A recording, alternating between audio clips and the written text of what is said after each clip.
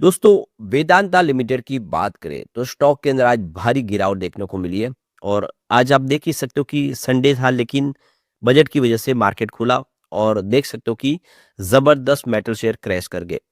तो हिंदुस्तान जिंक में भारी गिरावट का नतीजा यहाँ पे देखने को मिला वेदांता में, क्योंकि प्रमोटर है और सबसे बड़ी हिस्सेदारी वेदांता की है। अब यहाँ पे देखो कि ये गिरावट का सिलसिला कहाँ तक चलेगा। अभी तो डीमर्जर होना है, डेट भी आ चुकी है।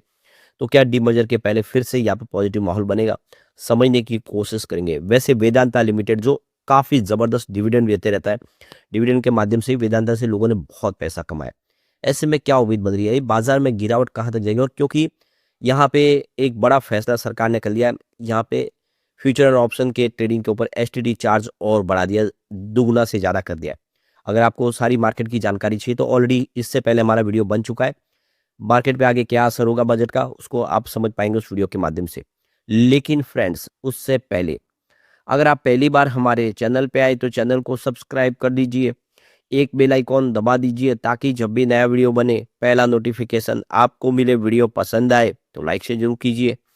चलो फ्रेंड्स, वीडियो स्टार्ट करते हैं। मैं हूं आपका दोस्त एस बी दवे और हमारे अपने चैनल ऑनलाइन कमाई में आपका बहुत बहुत स्वागत है। सबसे पहले वेदांता लिमिटेड के कारोबार की बात करो, 654 पर क्लोजिंग देखने को मिली, जहाँ पे देखो कि 14% की गिरावट हुई है। इसमें आप देखिए ये गिरावट कल की भी आपको जुड़ती हुई दिखाई देगी। तो काफी भारी गिरावट देखने को मिली। तो देख सकते हो कि शेयर के अंदर 10% के आसपास की भारी गिरावट हो गई संडे को। और यहाँ पे सिर्फ वेदांता की बात नहीं, पूरा मेटल सेक्टर भारी दबाव में आ गया, जबरदस्त बिकवाली हो रही है। और इसके पीछे रीजन यूएस है, और बाजार का तो असर ऑलरेडी है, लेकिन यूएस के रीजन की वजह से भारी गिरावट हो रही है मेटल के शेयरों में। ऑलरेडी मेटल शेयर बहुत जबरदस्त दौड़ चुके थे, अब यहाँ पे प्रॉफिट बुकिंग दिखाई दे रही है। तो ये देखिए कुछ रिकवरी देखने को मिली है निचले लेवल से। आप समझे तो Q3 काफी अच्छा कंपनी ने दिया, उसके बाद में तेजी बनी, लेकिन अब आप समझ सकते हो कि यहाँ पे गिरावट काफी ज्यादा देखने को मिली है। पिछले 2 दिन की गिरावट की वजह से यहाँ पे 54,000 करोड़ का मार्केट कैप कम हो गया है वेदांता का। और आप समझ सकते हो कि जो अगर किसी ने ऊपर के लेवल में खरीदारी की होगी तो उसको काफी सारा नुकसान हो रहा है। तो वेदांता में गिरावट की सबसे बड़ी वजह है कि जो मेटल शेयरों में गिरावट हुई, हिंदुस्तान जिंक इसकी जो आप देखिए सब्सिडीज कंपनी है, उसमें 18% की भारी गिरावट देखने को मिली। और जैसे कि सबसे बड़ा हिस्सा वेदांता का ही है, तो उसका नुकसान, उसका खामियाजा वेदांता को भी भुगतना पड़ा। तो यहाँ पे सिल्वर पे देखिए सम ऑफ टोटल पार्ट्स यानी SOTP जो है इस समय उसमें कोई बड़ा कंट्रीब्यूशन वेदांता के बिजनेस में नहीं है। लेकिन आप देखें तो हिंदुस्तान जिंक इसकी सब्सिडीज कंपनी है, और उसका सबसे बड़ा जो सिल्वर का ही बिजनेस है, तो उसका असर यहाँ पे बिल्कुल क्लियरली देखने को मिला है। यहाँ पे वेदांता के बिजनेस में देखें तो सिल्वर का उतना बड़ा डायरेक्टली रोल नहीं है। तो यहाँ पे टोटल कंट्रीब्यूशन देखे सिल्वर का वेदांता के बिजनेस में तो काफी कम है। फाइनल 2022 के एबिटा में देखें तो कंपनी का जो टोटल 52% का योगदान एल्यूमिनियम से, 20% जीन का योगदान है, 12% सिल्वर है, 6% पावर और 7% ऑयल और गैस का है। तो एक तरह से देखें तो ये काफी छोटा सा एक पार्ट है सिल्वर का।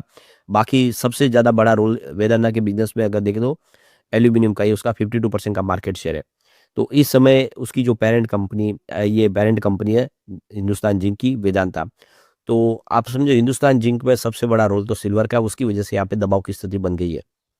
तो इस समय जो फैक्टर यहाँ पे रोल प्ले करे उसमें है डीमर्जर। सबसे बड़ा डीमर्जर होने जा रहा है, निवेशकों के लिए एक बड़ी अपॉर्चुनिटी है। वॉल्यूम ग्रोथ काफी अच्छी इस समय दिखे है, और कंपनी जो अपने कॉस्ट रिडक्शन के ऊपर काम करे, फोकस करे, उसका फायदा, और डिविडेंड।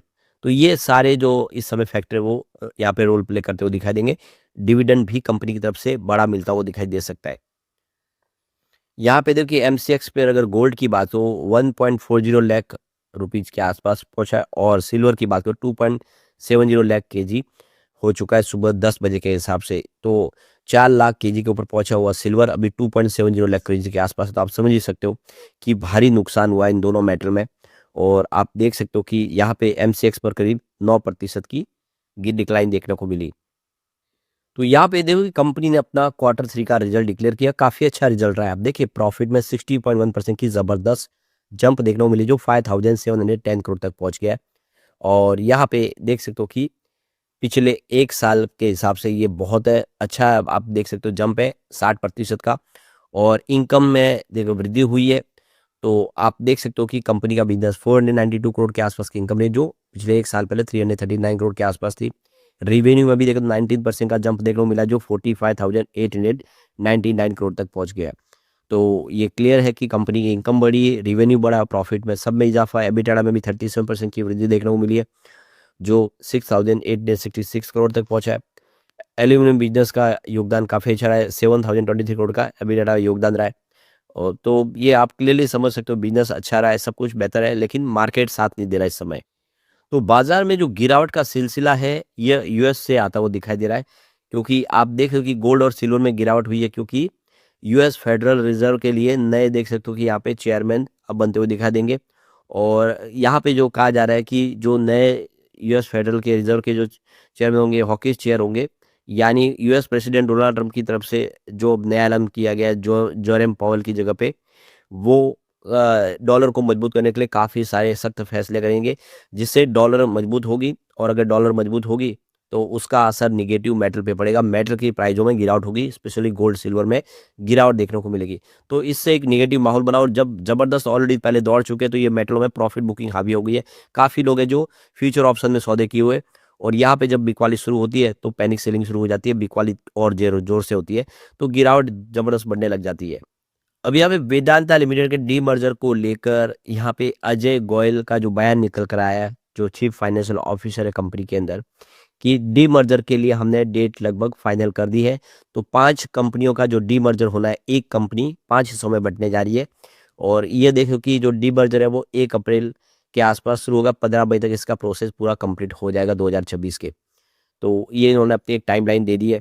तो उनका कहना है कि 1 अप्रैल से देखें तो इफ़ेक्टिव डेट होगी स्प्लिट के लिए।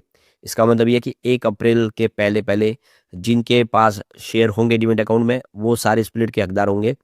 और वहाँ से देखें तो 1 अप्रैल से इसकी जो प्रोसेस की शुरुआत होगी। तो 15 मई के बीच, 1 अप्रैल से 15 मई के बीच में ये जो स्टॉक है वो सारे बाज़ार में लिस्ट हो जाएँगे अलग-अलग। तो आप समझ सकते हो कि आपके पास इस समय एक शेयर है, तो आने वाले समय में यानी 1 अप्रैल से 15 मई के बीच में जो 6 सप्ताह के अंदर लिस्टिंग के वक्त आपको हर कंपनी का एक शेयर दिया जाएगा, और आप हर कंपनी के हिस्सेदार बनेंगे। तो एक अपॉर्चुनिटी इस समय है।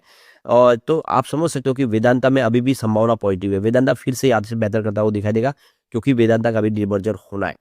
सबसे अच्छी बात है कि वेदांता बहुत ही अच्छा डिविडेंड देती है, डिविडेंड का ट्रैक रिकॉर्ड अच्छा। 2025 में आप देख सकते हो कि कंपनी ऑलरेडी 2 बार डिविडेंड दी है, जिसमें आप देखें इन्होंने 7 रुपीज़ का डिविडेंड दिया और 16 रुपीज़ का डिविडेंड दिया। और अब आप समझे डिविडेंड का फिर ऐलान हुआ, यानी जो एक्सपर्ट है वो कह रहे हैं कि इस बार 40 रुपए का पूरे 2026 में डिविडेंड मिल सकता है। तो कुल मिला के देखो कि लगातार अच्छा डिविडेंड देने की वजह से भी लोग यहाँ पे उत्साहित रहते हैं इसमें खरीदारी के लिए। तो संभावना पॉजिटिव है। इस समय बाजार की संभावना नेगेटिव बनी, जिसकी वजह से गिरावट हुई मेटल्स में। हो सकता है गिरावट थोड़ी और हो, तो डीप में एक अच्छा खरीदारी का मौका फिर मिल जाएगा लोगों को, और फिर डीमर्जर के बाद 5 कंपनियों में आपको हिस्सेदारी मिल जाएगी।